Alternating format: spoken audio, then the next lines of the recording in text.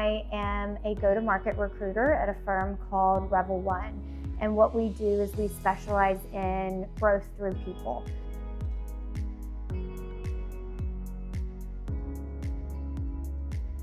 So what that means is we build go-to-market teams, so mostly marketing and sales, for companies that are going through a high growth phase. A lot of what we do is associated with private equity firms and venture capital firms. That's where we get a lot of our business, just because we're so entrenched with them with our relationships. Yeah, I think women especially are being looked at more and more, and I think that's a really great thing, especially at the higher levels.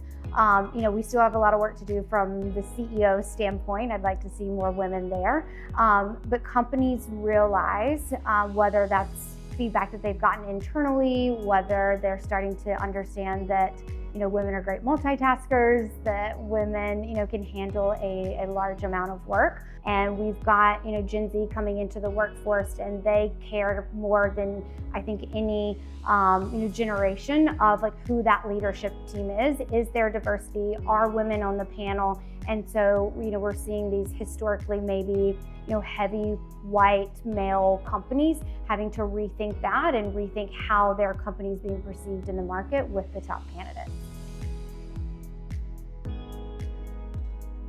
Yeah, so I do a lot of executive hiring, and so we're seeing now, it used to be back in the day where VPs were more generalists. You were specialized as you were growing up in your career, and then you became just a VP of marketing.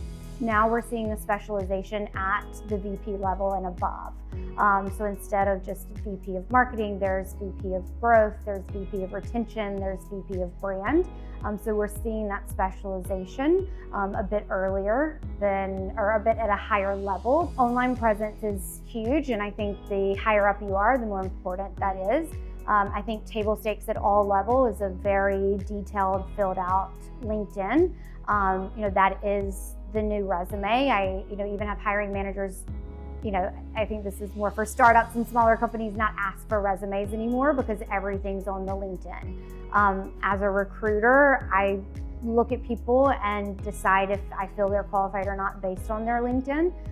So I certainly think that's table stakes. I think if you want to go a level deeper and the higher up you go, the personal branding really comes into play to show what you've accomplished. And we're seeing a lot of people put together portfolios.